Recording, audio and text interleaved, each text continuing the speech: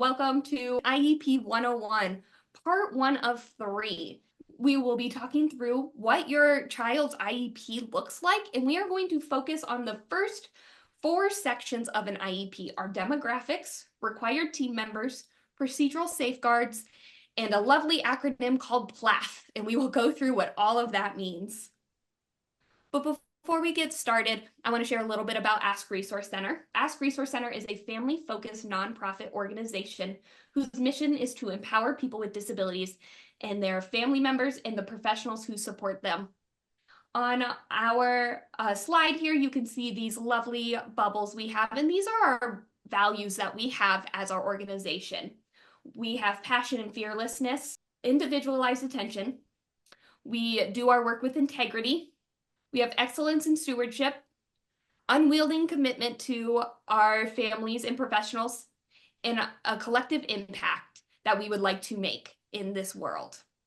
So this is a great quote from a book called Be Prepared to Fight Like Hell, Parents' Advice for IEP Meetings.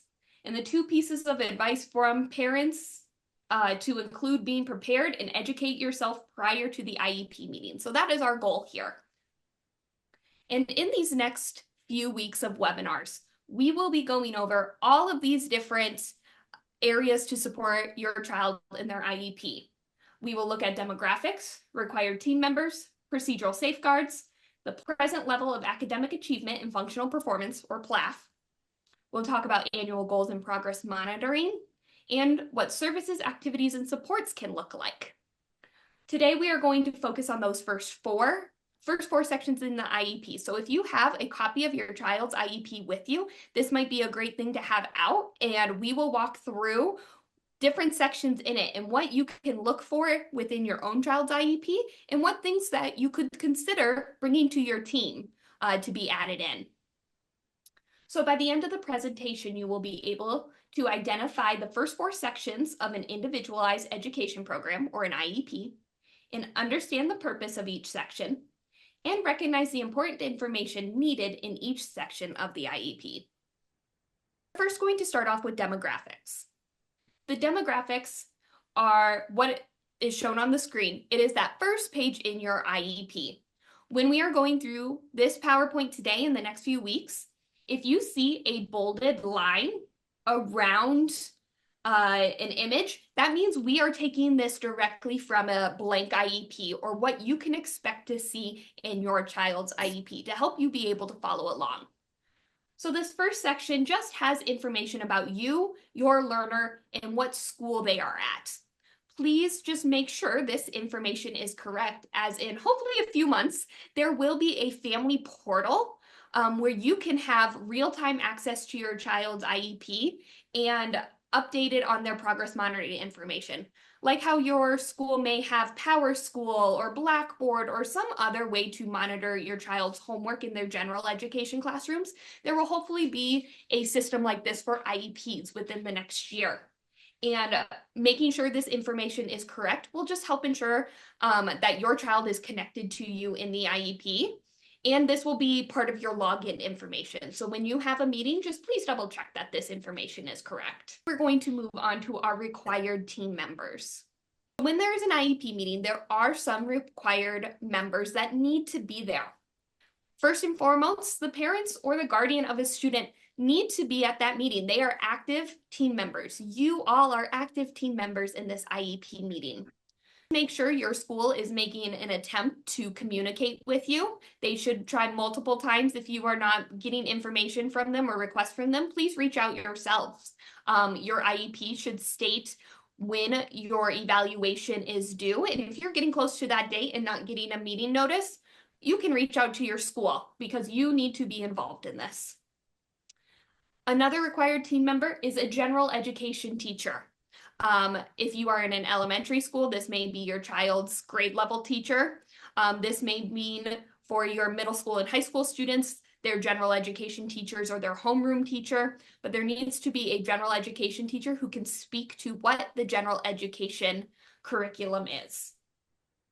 We also need a representative from a public agency such as AEA or an LEA. These are somebody who can make the final calls when it comes to something like if you need to have something purchased for your child's IEP. They are the ones who are able to make those high-end calls from the district. So we do need somebody there.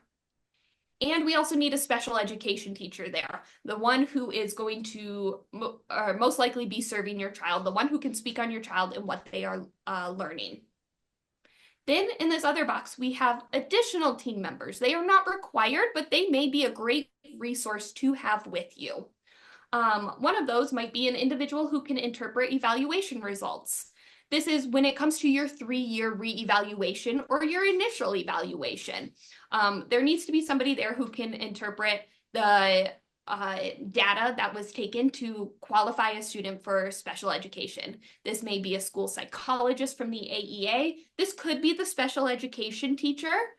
Some of these roles can overlap, and that is okay, but we want to make sure there is somebody there who can make those calls.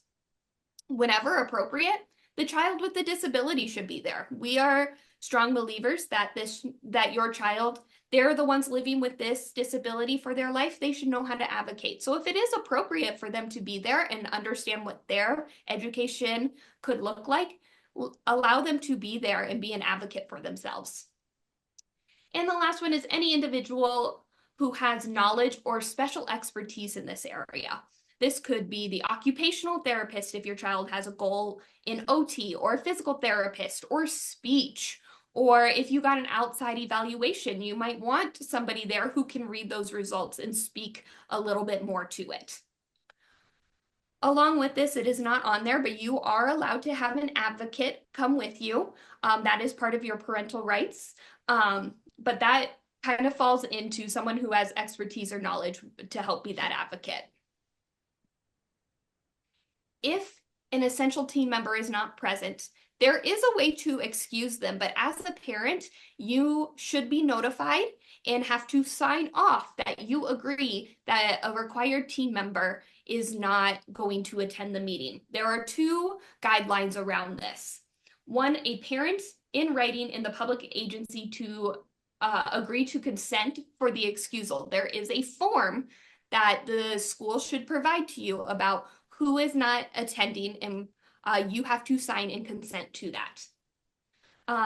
They can also be excused if the member submits in writing to the parent and the IEP team and input their section into the IEP to be discussed during the meeting. So this could be if the occupational therapist is there as a support to school staff. Your child may not have an occupational therapy goal, but they may be a support person to the special education teacher. They may not be able to come to the IEP meeting, and if the school and you agree to that, you can sign a form, and the occupational therapist or whoever can't be there, if they need to update their accommodations or their information, they will do that beforehand, and somebody else can speak on it and agree to it. Please know in your IEP, if you look at this bolded section, there will be a list of who all attended your IEP meeting for record. And there is an option for in-person attendance or virtual attendance as well. But everybody who is at that meeting should be listed on there.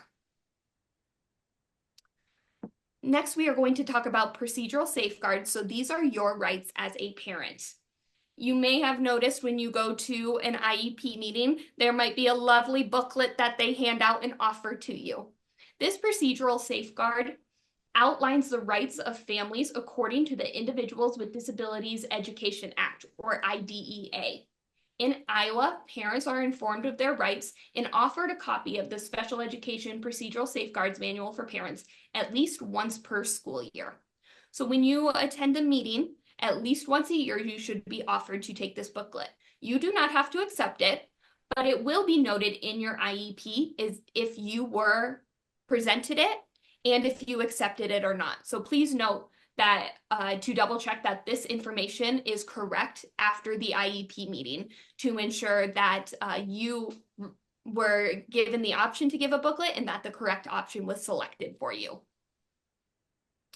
Procedural safeguards cover a variety of topics such as participation rights, notice rights, consent rights, record rights, individual education evaluation rights, dispute resolution rights, reimbursement rights, and transfer of rights when your child turns 18. So in that booklet, you can find information on there. We also have additional information on our website. Or if you need more help understanding what your rights are, this would be a great time to fill out a family support specialist request that on our website, and one of our specialists can help you understand that a little bit more. All right, I'm going to pass it over to Susie now, and she is going to talk you through the PLAAFP. All right, good afternoon, everybody. I'm so happy that you have joined us today to talk about that first few sections of the IEP. I'm going to be talking about the PLAAFP, and that stands for Present Levels of Academic Achievement and Functional Performance. And essentially, when your team is filling out this part of the document, it is like the beginning paragraph of a paper. It's bringing together all the things that we know from data about our child, and we can expect then to see if this opening paragraph, there's going to be something that is going to focus on that throughout the meeting.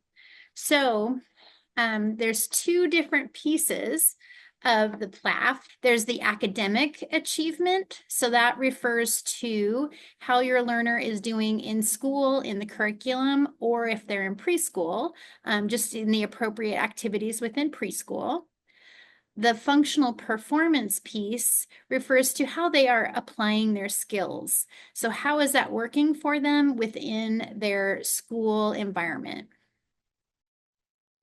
So the first part in the PLAAFP is this strengths and skills on which to build.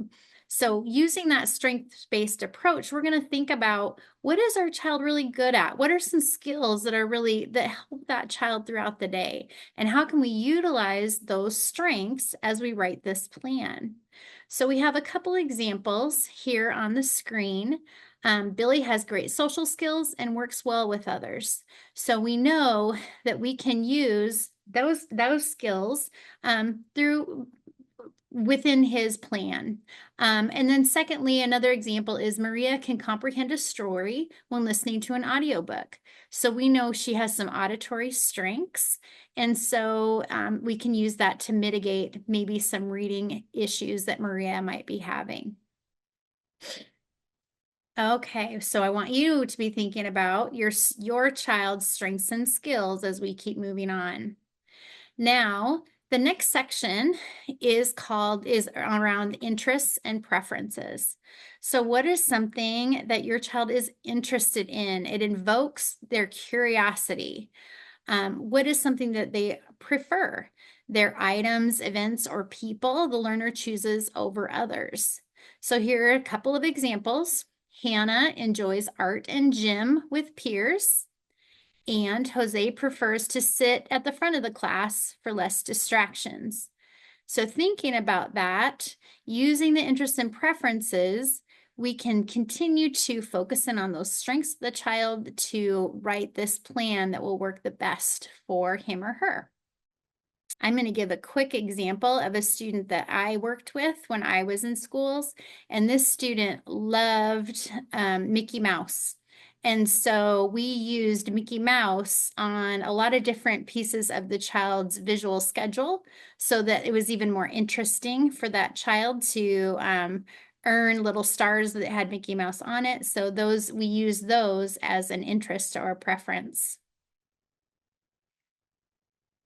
Another example I have done with a student is writing was not their favorite, but making movies on the computer was a great interest to them. So we were able, instead of doing typing book reports all the time, we were able to allow him to share that he understood the comprehension of the book and the meaning of the book by creating a movie or a PowerPoint around it, because that was much more engaging to him than sitting down with a pencil was.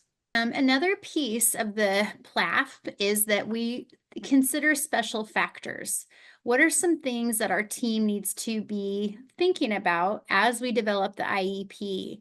And this is more of a check off of like, what are some things we know impact our child? So I'm just going to go quickly through some of the special factors. One is accessible educational materials. And this is reading materials in alternate formats. So it could be a large print, it could be digital or auditory texts. So any kind of alternate format that a child might need for reading materials. And then assistive technology, it can be low tech or high tech, but a material that a child might need to access the school environment. Communication considers that receptive and expressive language. So your child being able to express their thoughts and feelings and needs, and then also being to receptive language of like what they're understanding. So those are two things that we consider when a child has some communication needs. If they're an English language learner, what are some things we might be needing to consider? And then on that right side of the page, health and hearing. And then social emotional behavior, if there's some behaviors that are getting in the way of the child's learning, we are going to be wanting to select that. And then vision. Each one of these things, if we select this, we start thinking, okay, where else in this IEP is this going to be addressed somewhere? All right, the next part of the IEP is the effect of the disability. And this part really talks about how is the child's disability impacting them in school. So it's information from the IEP team regarding the effect of the learner's disability on involvement and progress in the general education curriculum for a school-age child or appropriate activities for preschool. So if we look at that next slide, this is an example of an effective disability statement. And within this statement, we should start thinking about, what should I maybe see in the IEP once I've read this statement? So I'll go ahead and read what's on the slide. Simon is progressing through the general education curriculum at a level expected for his grade in math that is below his peers in reading. His difficulty decoding multisyllabic words affects his ability to read and understand text at his grade level. He needs instruction in decoding multisyllabic words. Accommodations will be required when reading skills are necessary in general education. So when I read this effective disability statement, there's a couple bolded words here. The instruction leads me to believe, there's probably going to be a goal around decoding these multisyllabic words. And also there is going to be some accommodations somewhere to think about, okay, if this is a grade level in which he should be able to read multisyllabic words, what accommodations are we giving him when he's not in reading instruction? Another piece in the beginning of the IEP is non-academic and extracurricular activities. So your child is in all kinds of things all throughout the day and outside of the day. And this is tells us how is your child going to be participating in those non-academic pieces. So it may be that the child requires no accommodations at all for PE or recess or those sorts of non-academic tasks. Or they might need some support. And so this is how the child will participate in those non-academic tasks at school. There are also outside of the school activities that the child might be interested in if they're in band or if they're in a sport or if they have other interests that are provided by the school. The IEP team should also be considering how is that child going to be participating and what kind of support does your child need. But there's another section that includes any needs and concerns that are determined by the IEP team. And this is a good time for you to think about what else is that, what concerns do I have? And we have some little bubble thoughts there on the screen. Like, for example, does my child have friends? Like, how is my child doing emotionally at school or with friends at school? Or how are they making progress in math? How's that going? So This really is for anyone on the IEP team, including parents and caregivers, to say, what are my concerns, and have those documented somewhere on the IEP. Then lastly, we talk about other essential information. And this is all other things that might be impacting or that we need to be talking about. Here are some examples. The other essential information establishes the need for activities and supports that are not directly related to a goal. It documents information that are useful to understanding the current needs. It may require future action through the IEP. For our English language learners, it documents any language support that are needed on district-wide assessments that are different from accommodations provided due to their disability. And it also addresses any supports being provided to the student outside of the educational setting. So this is really where you can capture just a lot of other things that might be going on for this child that we want to have in the IEP, and that will really round out what this child is looking like for us as we start to write the IEP. All right. So today we're just returning you to our objectives. Our goal was to help you take that first section of your IEP and be able to identify those first 4 sections, and then understand the purpose of each one of those sections, and recognize the important information needed in each section of the IEP. While you are considering what your child needs, we are hoping to highlight where are some great places that you can express your needs and concerns, and to help remind the school to come back to those and make sure you feel like you are an avid participant. If you have specific questions, filling out that contact request form and selecting the first option for a family support specialist would be a great option for you as well. One of our staff will call you and hear more about your specific concerns and help provide information directly to you that is applicable to you. Thank you all for attending.